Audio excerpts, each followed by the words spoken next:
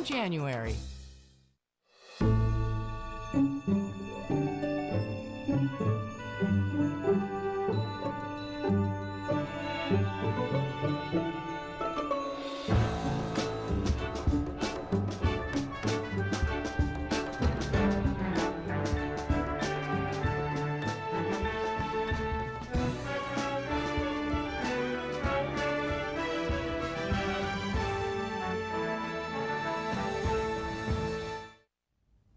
Hi, I'm Robert Osborne, and welcome. Good to have you with us. Every Wednesday in prime time this December, we're showcasing the films of our multi-talented star of the month, Fred Astaire. Right now, we start with two Astaire films set in New York City. First, we have Broadway Melody of 1940, one of my own personal favorite movie musicals for several reasons. First, it was made by MGM in the era when that studio had the knack for making better musicals than any other studio in Hollywood. Second, it's a film that includes what was then brand new portfolio of songs by the great Cole Porter.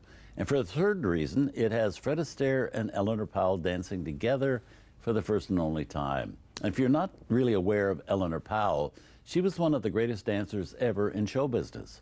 Her great career was in the late 30s and early 40s, hugely popular with movie fans and other dancers, but she basically retired at age 30 when she married Glenn Ford in 1943.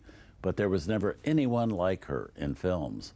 Individually, Fred Astaire and Eleanor Powell were without question the two greatest dancing stars we've ever had in movies, and both Gene Kelly and Ginger Rogers have said that themselves.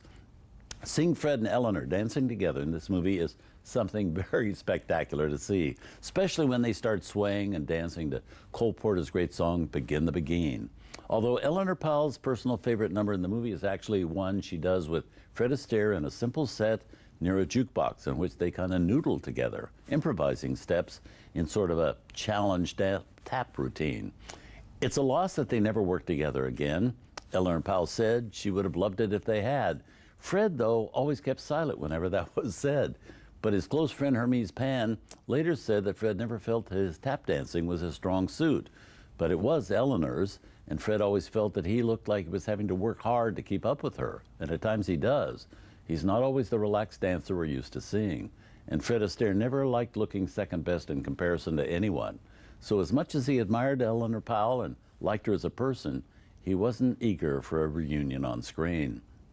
In this movie, you also see George Murphy, not a bad hoofer himself, also Frank Morgan, and the most famous extra in the movie's Bess Flowers. Here they are in Broadway Melody of 1940.